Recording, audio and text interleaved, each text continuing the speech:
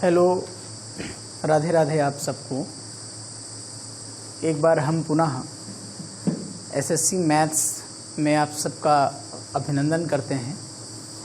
और जैसा कि इस समय आर.एस. अग्रवाल की बी एक्सरसाइज को हम लोग सॉल्व कर रहे थे परसेंटेज की, अप्रॉक्स 43 प्रॉब्लम्स हैं इसमें और 14 प्रॉब्लम्स हम हल कर चुके थे।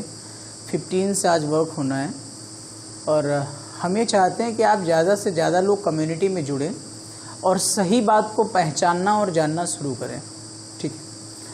और इस चैनल के माध्यम से आप सब लोगों को अन्य सब्जेक्ट्स भी पढ़ाए जा रहे हैं, इंग्लिश और हिंदी।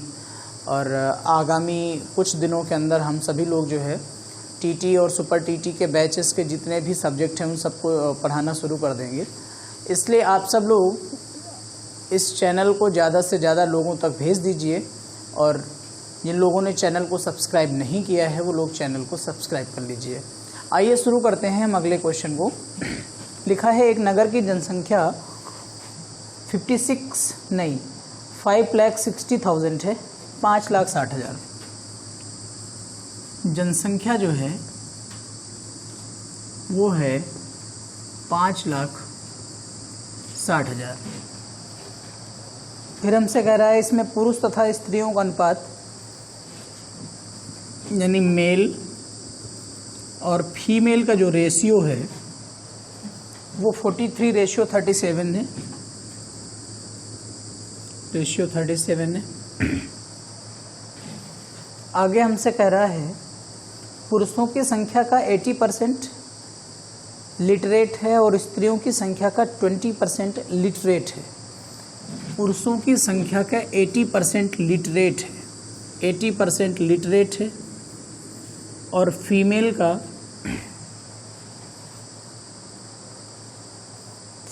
का जो लिटरेशन परसेंटेज है वो 80 होगा क्योंकि इलिटरेट परसेंटेज 20 है। लिटरेट आप बता दीजिए 80 है। आपसे पूछ रहा है कि बताइए उस गांव में, उस नगर में निरक्षरता का प्रतिशत क्या है। What is the percentage of illiteration in the particular town, ठीक है। अच्छा, अगर किसी भी शहर में 80% मेल लिटरेट हैं तो इसका मतलब 20% कैसे होंगे इलिटरेट। महिलाएं 80% लिटरेट हैं तो इलिटरेट कितनी होंगी 20%, ठीक है। अब देखिए, पहले तो हमें ये देखना होगा कि उस शहर में, उस टाउन में कितने मेल रहते हैं और कितने फीमेल रहते हैं, कितने मेल रहते हैं और कितने फीमेल रहते हैं। तो हर 43 मेल में 37 फीमेल्स हैं, यही तो आप देख रहे हैं। हर 43 मेल में 37 फीमेल हैं। इसका मतलब ये हुआ कि अगर मैं इस टोटल कैलकुलेशन में जाऊं तो मैं बोल सकता हूं 80 इक्वल्स टू 5,60,000 के, ये जीरो कैंसिल होगा और 1 इक्वल टू 7,000। इसका मतलब जो नंबर ऑफ फीमेल है वो कितना होगा, नंबर ऑफ मेल कितना होगा जो इलिटरेट है। पहले तो टोटल निकालेंगे तो 43 गुणा 7,000, टोटल क्या हुआ। ये जो वैल्यू आई है ये उस टाउन में जितने मेल हैं उसकी आई है। अब इसमें 20% इलिटरेट है तो हम इसका 20% कैलकुलेट कर देंगे,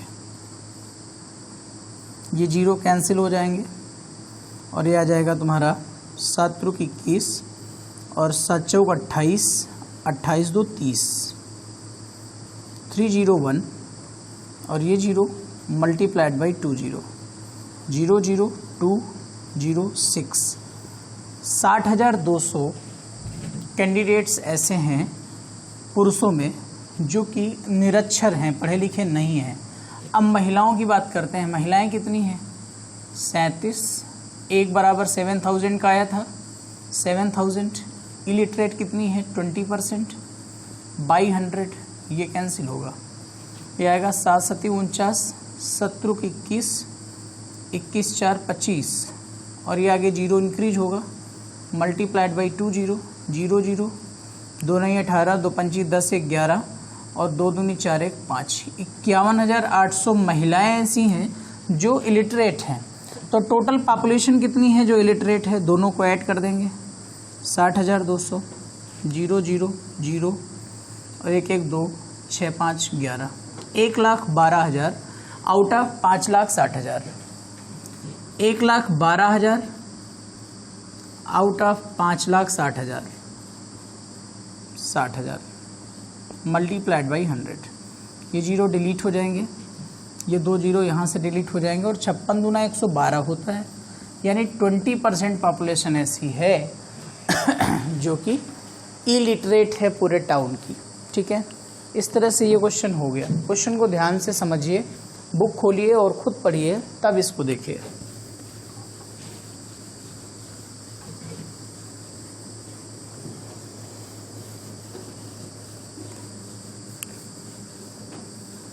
अगला क्वेश्चन है, उसमें कह रहा है एक गांव में 2/3 पुरुष तथा शेष महिलाएं हैं। 2/3 पुरुष, विलेज में जो टोटल पॉपुलेशन है उस पॉपुलेशन में 2/3 भाग केवल पुरुष हैं। अच्छा ये बताइए, अगर विलेज में हम मान लीजिए 3 लोग मान लेते हैं, टोटल पुरुष महिलाएं 3 मान लीजिए, 2/3 कह रहे हैं ना, इसलिए हमने 3 नीचे ऊपर मान लिया। आप 30 मान सकते हैं, आप 300 मान सकते हैं, आप 3,000 मान सकते हैं, कुछ भी मान सकते हैं, आप x मान सकते हैं। तो इसमें जो मेल्स हैं कितने हैं, 2/3 मतलब 2, और फीमेल कितने हैं।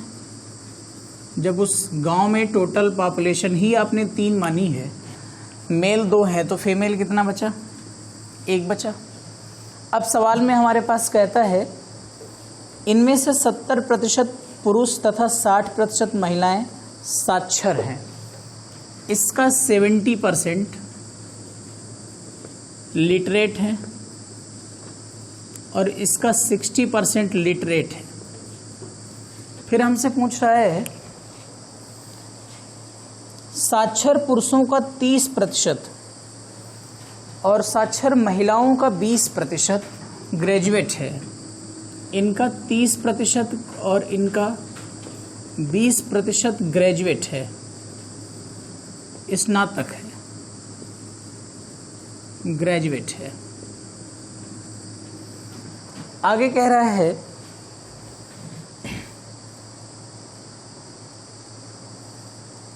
साक्षर स्नातक पुरुषों का 20% तथा स्नातक महिलाओं का 15%। इनका 20%, इनका 15% जॉब में है, ये जॉब करते हैं लोग। ठीक है, बहुत अच्छे सवाल हैं भैया, ये सब टहलाने वाले सवाल नहीं है, इनमें दिमाग लगता है और थोड़ा सा कैलकुलेशन भी बड़ा है। और आगे लिखा है उस गांव में नौकरी करने वालों की संख्या कुल जनसंख्या का कितने प्रतिशत है। मतलब वो लोग जो जॉब कर रहे हैं उनका परसेंटेज निकालना है टोटल पॉपुलेशन के साथ में। ठीक है, मैं आपको समझाता हूँ, सवाल बहुत कठिन नहीं है। टोटल जॉब करने वाले जो मेल्स हैं, जॉब वाले जो मेल्स हैं, ऐसे आप निकाल लीजिए। मेल्स कितने, टोटल कितने मेल हैं, 2। पढ़े लिखे कितने हैं, 70%। ग्रेजुएट कितने हैं, 30%। और उस ग्रेजुएट में नौकरी कितने लोग कर रहे हैं, 20%। अगर हम इस 2 0 को यहाँ से फिनिश कर देंगे तो कोई दिक्कत नहीं। और ये आपका आ जाएगा 7 दूनी 14 और 14 दूना 28, 14 42, दूना 84, 840 बटा 4 टाइम्स 0। ये डिलीट कर सकते हैं आप, 84 बटा 1000।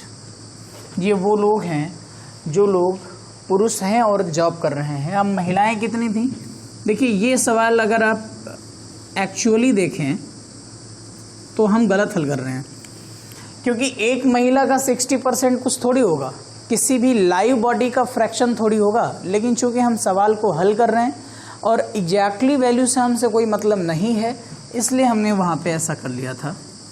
तो 1 का 60% ऐसा है जो पढ़ा लिखा है, और उसका 20% ऐसा है जो ग्रेजुएट है, उसका 15% ऐसा है जो जॉब कर रहा है। यहाँ से हमने ये 0 फिनिश कर दिए। ये आ गया 15 दूना 30 छक्का 180, 180 और ये नीचे आएगा 4 टाइम्स 0, ये कैंसिल हुआ, 18/1000। टोटल नौकरी करने वाले लोग दोनों आपस में जुड़ जाएंगे, 8 4 12, 8 1 9, 9 1 10/1000। इतने लोग ऐसे हैं जो जॉब कर रहे हैं। अब जॉब का हमें परसेंटेज चाहिए, तो जॉब कितने लोग कर रहे हैं, 102 आउट ऑफ 1000, 102/1000 आउट ऑफ कितने टोटल कैंडिडेट थे, 3। परसेंटेज कैलकुलेट करना है, कैलकुलेट कर दीजिए।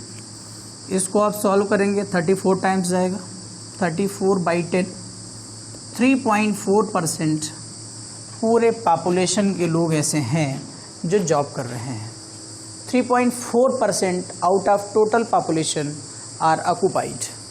ठीक है, यानी वो लोग जो पूरी जनसंख्या में से नौकरी करने वाले हैं उनका प्रतिशत है 3.4%।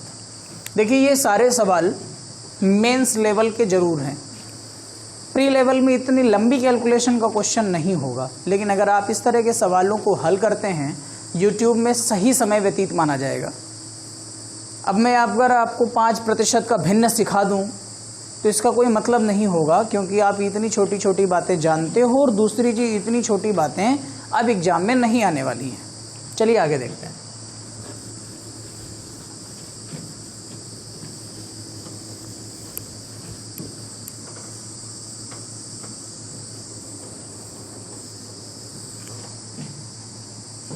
अगला क्वेश्चन है, वो हमसे कह रहा है 17 नंबर, 3 व्यक्ति ABC जिनका सम्मिलित वेतन रुपये 14,400 है,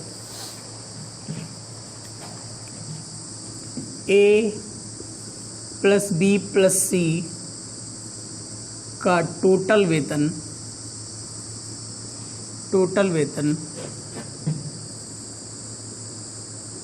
रुपये 14,400। अपने वेतन का 80%, 85% और 75% वो व्यय करते हैं। एक्सपेंडिचर, उनका जो व्यय है, ए का 80%, बी का 85% और सी का 75%। सबसे बढ़िया आदमी है, कम खर्चा कर रहा है। और उनका जो सेविंग का रेशियो है, सेविंग का जो रेशियो है वो रेशियो है 8:9:20। Saving ratio 8:9:20। क्वेश्चन पूछ रहा है कि सबकी सैलरी बताइए, salary of everybody, salary of everybody, हर व्यक्ति की कितनी सैलरी है। अच्छा यार ये बताओ, अगर इन्होंने 80% व्यय किया है तो सेविंग कितना किया है, 20%। इन्होंने सेविंग कितना किया है, 15%। इन्होंने सेविंग कितना किया है, 25%। 100 से सबको घटा लेंगे। 80% खर्चा किया है मतलब 20% बचाया है। 85% खर्चा किया है मतलब 15% बचाया है। 75% खर्चा किया है मतलब 25% बचाया है। ठीक है, ये इनकी सेविंग आ गई और ये सेविंग का इनके पास रेशियो दिया हुआ है, यानी 20% इस समय संभवतः 8 रुपए के बराबर है। अब इसको 8 के मान लीजिए आप। ठीक है, तो अब चूंकि 100% अगर हम निकाल देंगे तो टोटल सैलरी आ जाएगी। तो यह आ गया 100% इक्वल टू 40 के। किसके लिए बात हमने करी है, ए की। अब बी कितना बचा रहा है, 15%। यहाँ बचाने का रेशियो क्या है, 9। 15% इक्वल टू 9K। 5 से अगर हम इसको 3 से अगर हम इसको डिवाइड करेंगे तो 5% इक्वल टू 3K आ जाएगा। और इसका अगर हम 100% बनाएंगे तो 100% इक्वल टू 60K आ जाएगा। ये कौन हुआ? बी हुआ। अब आइए सी की बात करिए। सी 25% सेव करता है और 25% एग्जैक्टली किसके बराबर है? 20 के बराबर है। अगर हम इसको डायरेक्ट 4 से गुणा करा दें, के बना लीजिए यहाँ, तो 80K आएगा। यानी उनकी टोटल सैलरी ए की जो है वो 40K है, बी की 60K है और सी की 80K है। सबको अगर हम जोड़ेंगे तो 60 40 100 80 180K टोटल सैलरी है इनकी 180K। और यहाँ इनकी टोटल सैलरी कितनी दी हुई है? 14400। ये कैंसिल हुआ। 18 8 144। के इक्वल टू कितना आ गया? 80 आ गया। अब अगर हमसे ए की सैलरी पूछेगा तो हम क्या कहेंगे? 80 मल्टीप्लाइड बाई 40। इसकी सैलरी 60 मल्टीप्लाइड बाई 40। इसकी सैलरी 80 मल्टीप्लाइड बाई 40। इस तरह से हम इसकी वैल्यू को सॉल्व कर लेंगे। शायद के बराबर 80 आया है तो 80 गुणा 80 कर लीजिए और यहाँ पे 60 गुणा 80 कर लीजिए। 8 चौक 3200 रुपये ए की सैलरी है, 4800 रुपये बी की सैलरी है और 6400 रुपये सी की सैलरी है। देखो सी ऐसा कैंडिडेट था जो सबसे कम खर्चा कर रहा था लेकिन सबसे ज़्यादा अच्छा कमा रहा है। सी सबसे ज़्यादा अच्छा कमा रहा है। आप देखो कमा रहा है कि नहीं कमा रहा है। तो इसीलिए कहते हैं जो ठीक ठाक ज़्यादा पैसे वाले लोग होते हैं वो बहुत हिसाब से खर्चा करते हैं। आप लोग भी ऐसा ही करिए। बचत करना बहुत आवश्यक है। अब आप इसको क्रॉस चेक करके टोटल वैल्यू को जोड़ सकते हैं। यहाँ से 6000 ले लीजिए, 4800, 4 3 7 1 8 6 14, 14400 बन रहा है। आप देख लीजिए। अच्छा सवाल था और ऐसे सवाल एग्जाम में आ सकते हैं। आप लोगों को ऐसे सवालों के प्रैक्टिस करने चाहिए। अगला क्वेश्चन हम देखते हैं क्या है।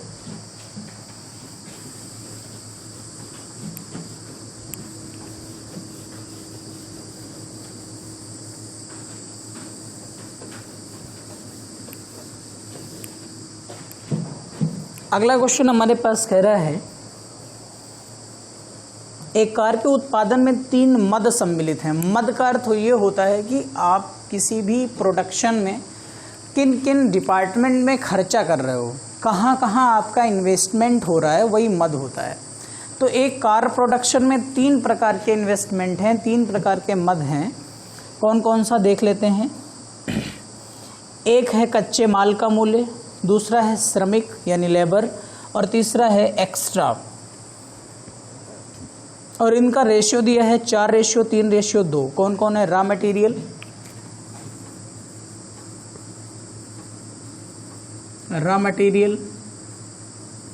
रेशियो लेबर,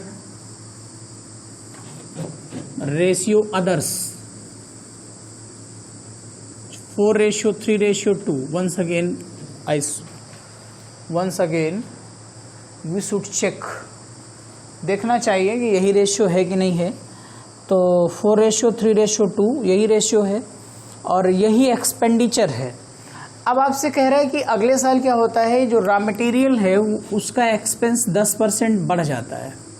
ठीक है, जो भी आयरन वगैरह उसमें लग रहा है वो 10% बढ़ जाता है और जो लेबर चार्ज है वो भी 8% बढ़ जाता है, ये भी 8% बढ़ जाता है। लेकिन जो अदर्स है वो अदर्स कितना बढ़ता है देखते हैं, 5% कम हो जाता है।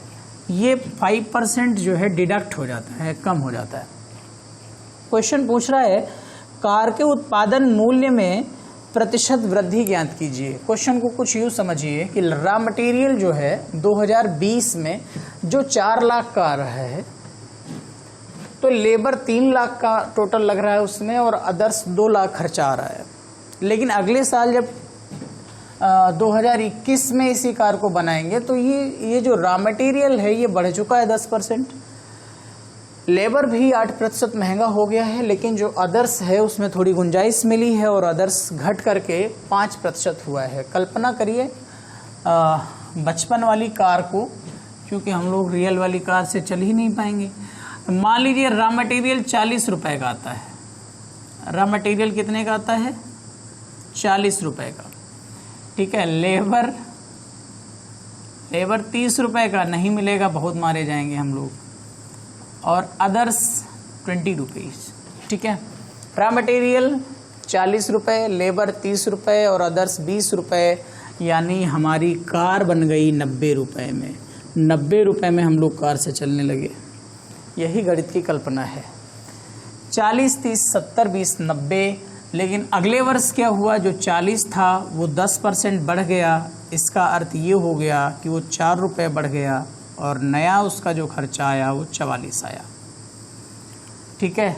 लेबर 30% बढ़ा, लेबर 8% बढ़ा। इसका मतलब नया लेबर चार्ज जो अभी तक 30 रुपये था वो थोड़ा बढ़ जाएगा और ये आ जाएगा 5 चौक 3 चौक 12, 3 5 15, 116, 162/5।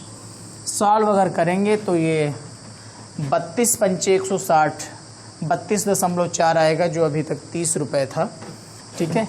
अब आइए अदर्स की बात करते हैं। जो अदर्स था वो 5% कम हुआ है, मतलब 95% बचेगा। और जो खर्चा अभी तक 20 रुपये का था वो कितने का हुआ? 19 का।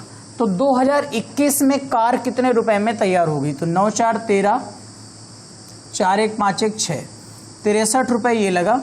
162/5 लेबर चार्ज हो गया। 5 3 15, 5 6 का 30, 1 31, 315 + 162/5।